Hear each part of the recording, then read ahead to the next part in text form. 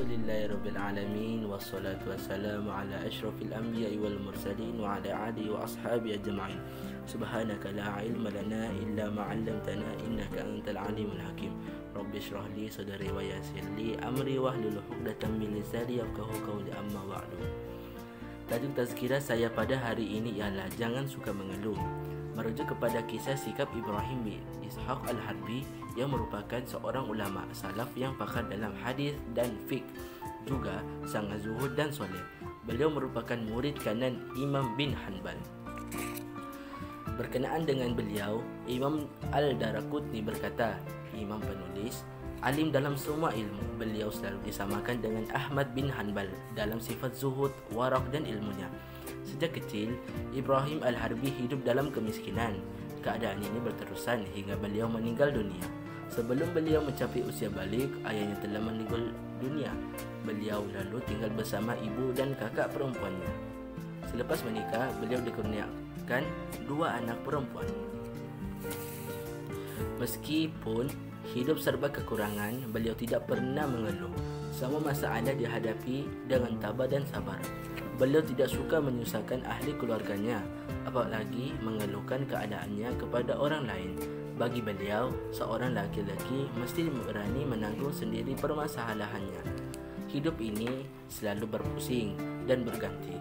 Ibarat sebuah roda, seorang terkadang berada di atas, terkadang di bawah. Terkadang kita mendapat kegembiraan, sekali-sekala kita turut diberikan kesusahan dan kesukaran. Apabila mendapat kegembiraan, kongsilah dengan orang lain agar mereka ikut bergembira. Apabila mendapat kesusahan, hadapilah ia dengan gagah, berani, tanpa keluluhan dan kerumunan.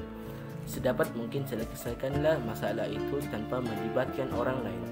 Laki-laki merasakan kesusahannya seorang diri dan tidak suka menyusahkan orang lain. Kesusahan membuahkan pengalaman dan memberikan kekuatan. Jika kita menghadapinya dengan berani, kita akan menjadi orang yang bijak. Namun, jika kita bersikap manja, selalu mengeluh setiap kali menghadapi masalah, kita akan menjadi sangat bergantung kepada orang lain. Jika orang itu sudah tiada lagi, kita tidak tahu apa yang mesti kita buat.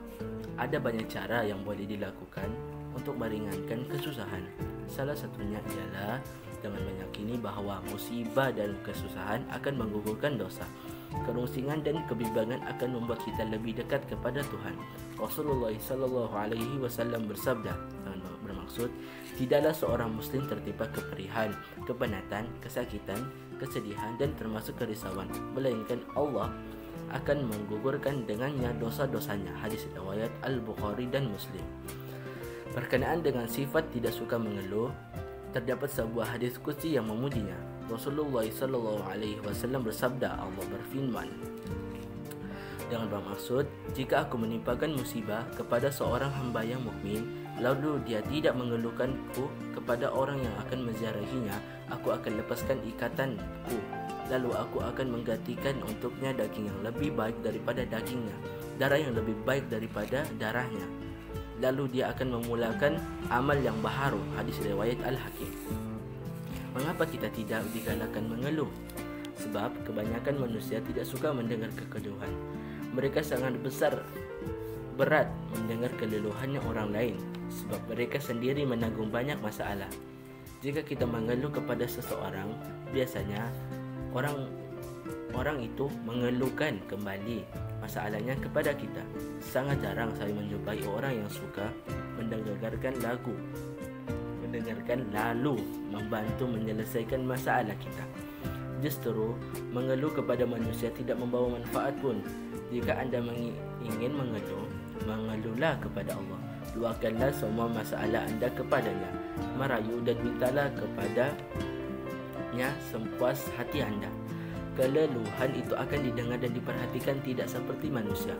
Allah suka mendengar keleluhan manusia dan membantu menyelesaikannya. Lihatlah Nabi Yakub.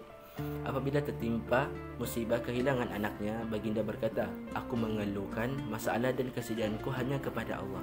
Surah Yusuf ayat 86. Siapa yang mengeluh kepada Allah tidak akan kecewa. Siapa yang mengharap kepadanya tidak akan hampa. Tuhan kita Maha Pengasih dan Maha Penyayang. Dia selalu bersedia menyambut kedatangan kita. Berbanding memperbanyakkan keleluhan, lebih banyak perbanyakkan istighfar, permintaan ampun daripada Allah. Istighfar dapat membantu kita keluar daripada segala masalah. Rasulullah SAW bersabda, siapa yang membiasakan diri dengan istighfar, maka Allah akan menjadi jalan keluar baginya daripada setiap kesempitan, kemudahan daripada setiap kebimbangan, dan memberinya rezeki daripada arah yang tidak disangka-sangka. Hadis riwayat Abu Daud. Larangan mengeluh bukan bermaksud kita tidak boleh meminta bantuan. Mintalah bantuan, namun jangan mengeluh.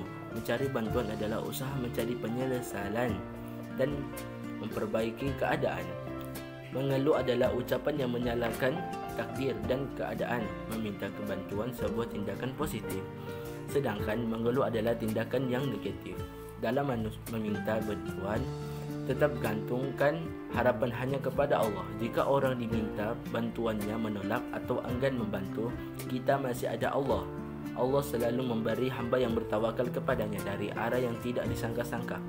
Mintalah pertolongan daripada sesiapa yang anda dikehendaki, namun hati tetap berhadap hanya kepada Allah. Wallahu a'lam.